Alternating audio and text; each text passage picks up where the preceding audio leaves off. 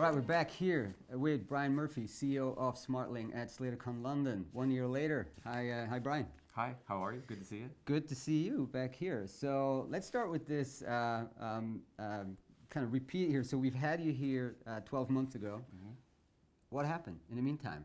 Give us the 2-3 highlights. A lot. It's been pretty remarkable. I would say the biggest change that's happened in the last 12 months is the story around quality.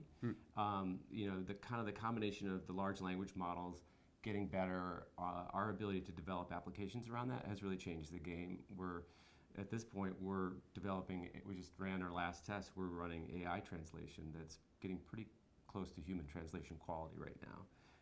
And I think turnaround time, speed, even with human in the loop, with the translators using those tools, we about doubled their productivity. Yeah. So as a result, our customers are able to translate about 8 times more content for the same budget than they would have before.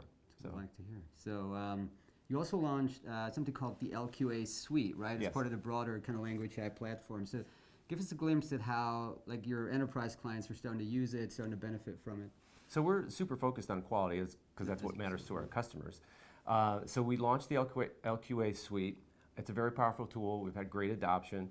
I have to say, it feels a little 2024. Already? Right? I know, which is amazing. So yeah. What's really been happening is we've been developing an agentic version of that and been developing and testing that in-house. And we'll be launching that in Q3 of this year to the public. We're able to use that tool internally on our own translations, and we're really excited about that. That will automate the LQA process, which is, I think, really the last, or not, maybe not the last, but a big next step in terms of really driving AI translation at scale.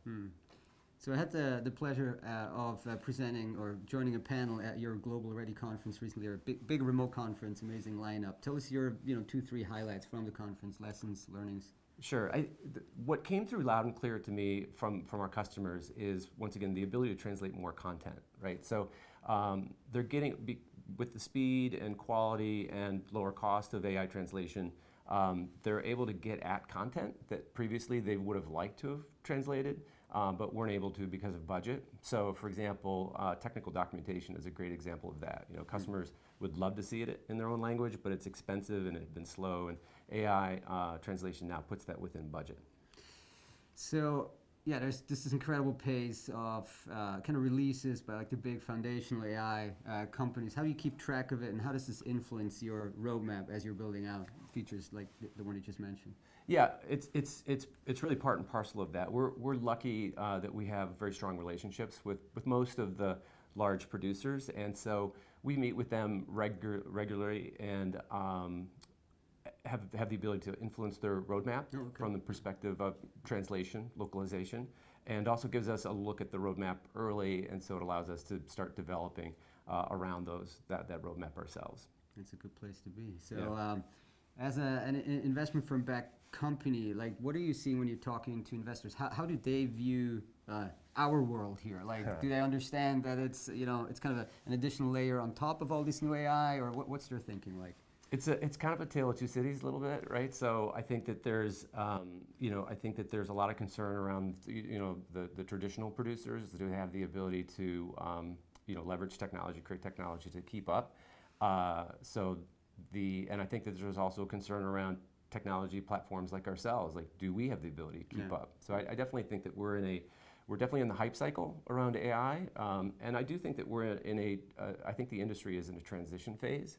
And I think, though, that these hype cycles, they have a way of working themselves out. My sense is that 12 months from now, when we're talking again, I think that will I think we'll have a very good view of where the industry is going to be. Yeah, I agree. And we'll be back in 2026. Thank Awesome. you, Bryan. Thank you. Thank you.